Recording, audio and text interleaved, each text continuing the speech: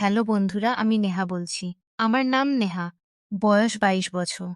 আমি একদম দেশি গ্রামের মেয়ে। কানপুরের কাছের এক ছোট্ট গ্রামের লোকে বলে আমি খুব সুন্দর দেখতে। গৌর রং, কোমর পর্যন্ত লম্বা কালো চুল, বড় বড় চোখ, আর যখন হাসি গালে দুটো গোল ডিম্পল পড়ে যায়।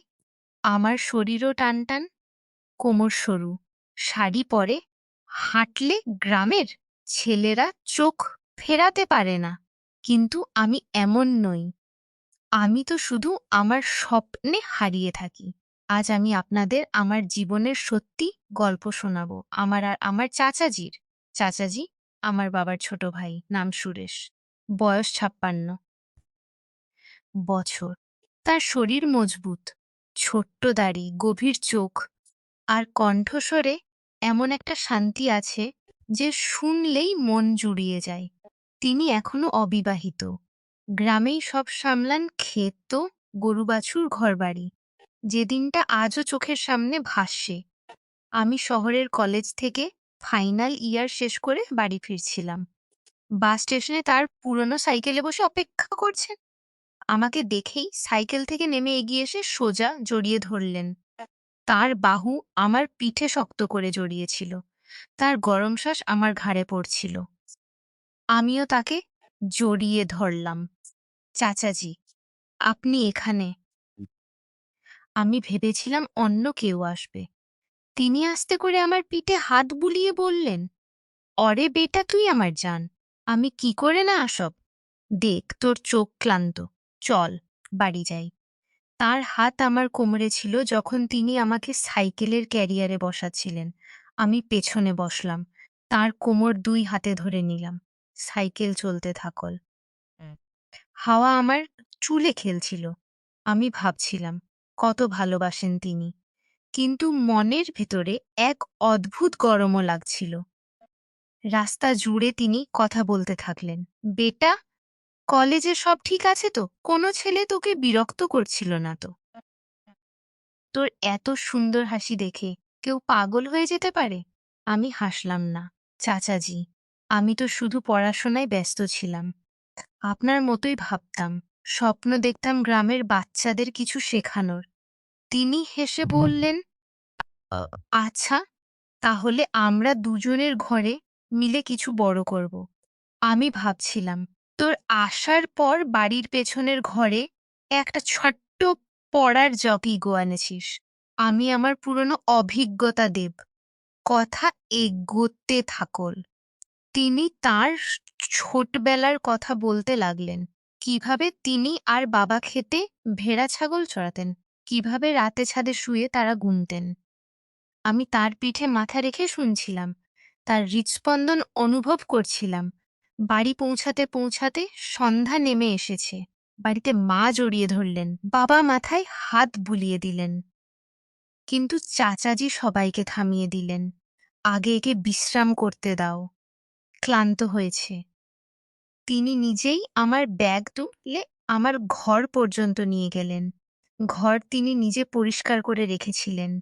নতুন চাদর, আমার প্রিয় রঙের পর্দা, আর টেবিলে একটা ছোট্ট ফুলদানিতে গ্রামের ফুল। বেটা, দেখ, আমি তোর জন্য সব তৈরি করে রেখেছি। এখন তুই বিশ্রাম কর। আমি বাইরে বসে তোর অপেক্ষা করব। আমি তার হাত ধরে নিলাম। চাচাজি, আপনি ছাড়া এই ঘর অসম্পূর্ণ মনে হয়। চোখ আমার চোখে গেঁথে রইল। সন্ধ্যায় সবাই মিলে খেলাম। মা রুটি সেঁকতে সেঁকতে বললেন, নেহা চাচাজি তোর জন্য দিনরাত ভাবেন। খাওয়ার পর সবাই নিজের ঘরে চলে গেল। কিন্তু চাচাজি আমাকে ছাদে ডাকলেন, চল বেটা, একটু বসি, হাওয়া খাই। আমরা দুজনে ছাদে চারপাইয়ে শুয়ে পড়লাম। তারা জ্বলজ্বল করছে, হালকা ঠান্ডা হাওয়া। চাচাজি তাঁর পুরনো তামাকের ডিব্বা বের করলেন। একটু টান দিয়ে আমাকে দেখে বললেন, নেহা, এখন তুই বড় হয়ে গেছিস। বল, তোর মনে কি চলছে, কি স্বপ্ন? আমি সব বললাম। আমি শিক্ষক হতে চাই। গ্রামের বাচ্চাদের ইংরেজি আর বিজ্ঞান শেখাতে চাই, যাতে তারা শহরে গিয়েও নিজেদের গ্রাম মনে রাখে। তিনি শুনতে শুনতে আমার হাত তার হাতে নিলেন। তার আঙুল আমার আঙুল নিয়ে খেলছিল। বেটা, এটা খুব বড় কথা। কাল থেকে আমরা দুজনে মিলে শুরু করি। আমি তোর জন্য সেই পুরনো গুদামের ঘর পরিষ্কার করে দেব, সেখানে টেবিল চেয়ার লাগাব, বই আনব। আমরা ঘন্টার পর ঘন্টা সেখানেই বসে রইলাম। তিনি প্ল্যান বানাচ্ছেন, কিভাবে বাচ্চাদের সকাল ৭টায় ডাকব, কিভাবে আমি নতুন গেম শিখব। তিনি গল্প শোনাবেন। কখনো তিনি আমার কাঁধে হাত রেখে বলেন, তোর এই আইডিয়া তো কমালের, একদম তোর মতোই স্মার্ট। আমি তার কথায় হারিয়ে যেতাম। তার গরম শ্বাস আমার কানের কাছে আসতো যখন তিনি ঝুঁকে কথা বলতেন। রাত ২টো বেজে গিয়েছিল, তখন তিনি বললেন, এখন ঘুমিয়ে পড় বেটা, কাল সকাল থেকে কাজ শুরু। আমি উঠলাম। তিনি আমাকে আবার জড়িয়ে ধরলেন, এবার একটু লম্বা করে, তার ঠোঁট আমার কপালে। তুই আমার দুনিয়া, নেহা। আমি ঘরে এসে দেখি হৃদয় জোরে ধড়ফড় করছে। ভাবছিলাম, এটা ভালোবাসা না কি অন্য কিছু, কিন্তু ভাবলাম চাচাজি তো ভালোবাসাই করেন। সকালে উঠে দেখি চাচাজি আগে থেকেই গুদামের ঘরে কাজ করছেন। আমিও চলে গেলাম। আমরা দুজনে মিলে পুরো দিন লেগে গেলাম। পুরনো ইট সরাচ্ছি, ঝাড়ু দিচ্ছি, দেয়ালে চক দিয়ে ডিজাইন আঁকছি। যখন আমি উপরে উঠে পর্দা লাগাচ্ছিলাম, চাচাজি নিচ থেকে আমাকে ধরে সামলে রাখলেন। তার হাত আমার কোমরে শক্ত। পড়ে যেও না বেটা, আমি আছি তো। তার কপাল থেকে ঘাম ঝরছিল। আমি নেমে এলে তিনি ১ গ্লাস জল এনে দিলেন। খেয়ে নাও, তোর মুখ লাল হয়ে গেছে, একদম লাল টমেটোর মতো। আমরা হেসে উঠলাম। সারাদিন এমনই কথা, কাজ, ক্লান্তি। সন্ধ্যায় যখন ঘর তৈরি হয়ে গেল, আমরা দুজনে মাটিতে বসে নাম দিতে হবে। নেহা চাচা লার্নিং কর্নার। আমি তার কাঁধে মাথা রেখে দিলাম। সেদিনের পর থেকে আমাদের এই ধারা রেখে দিলাম, আপনার ছাড়া এই নামও অসম্পূর্ণ। প্রতিদিন সকালে উঠে আমরা দুজনে ঘরে পৌঁছে লাগল। প্রতিদিন আমাদের ঘরে পৌঁছে যেতাম। বাচ্চারা আসতো, আমি তাদের পড়াতাম, চাচাজি গল্প শোনাতেন। একদিন এক ছোট্ট ছেলে রোহন কাঁদছিল যে তার পেন্সিল ভেঙে গেছে। চাচাজি সঙ্গে সঙ্গে পকেট থেকে নতুন পেন্সিল বের করে বললেন, নাও, এটা নাও। কিন্তু কাল থেকে নিজের পেন্সিল নিজে তীক্ষ্ণ করতে শিখো। তারপর তিনি আমার দিকে তাকিয়ে হাসলেন, নেহা তুইও শিখে নাও সবকিছু নিজে সামলাতে। কিন্তু তার চোখ আমাকে এমনভাবে দেখছিল যেন কিছু গভীর বলছে। দুপুরে যখন বাচ্চারা চলে যেত, আমরা দুজনে একা থাকতাম। তিনি টেবিলে বসে নতুন বইয়ের হিসাব লিখতেন। আমি তার পাশে বসে তাকে শোনাতাম। কখনো তিনি আমার চুলে হাত বুলিয়ে দিতেন, তোর চুল কত নরম বেটা, যেন রেশম। আমি লজ্জা পেতাম, কিন্তু কিছু বলতাছিল না। একদিন যখন আমরা বই সাজাচ্ছিলাম, এক পুরনো ফটো অ্যালবাম পাওয়া গেল। তাতে চাচাজির যৌবনের ছবি, একদম শক্তপোক্ত, হাসছে। আমি বললাম, চাচাজি আপনি তো এত সুন্দর ছিলেন, তাহলে বিয়ে করলেন না কেন? তিনি আস্তে করে আমার দিকে তাকালেন। হাত আমার হাত ছুঁয়ে গেল। বেটা, বিয়ে করার ইচ্ছা তো ছিল, কিন্তু মন অন্য কারো ওপর আটকে গিয়েছিল। তিনি মিলতে পারেননি। তার গলায় বেদনা ছিল। আমি তার পাশে মাথা রেখে বসে রইলাম। তার শ্বাস আমার ঘাড়ে পড়ছিল। তিনি তার পুরনো কথা বলতে থাকলেন, আমি শুনতে থাকলাম। সেদিন আমরা ৩ ঘন্টা ধরে সেখানেই বসে রইলাম। শুধু কথা, শুধু কাছাকাছি। রাতেও ছাদে গিয়ে কথা চলল। নেহা, তুই যখন বড় হয়ে যাবি। আমি তার কোলে মাথা রেখে দিলাম, কক্ষনো না চাচাজি, আপনি আমার সবকিছু।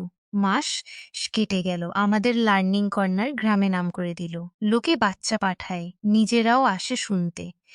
একদিন গ্রামের প্রধান এসে বললেন, সুরেশ ভাই, এ তো কমাল করে দিলেন আপনারা দুজনে।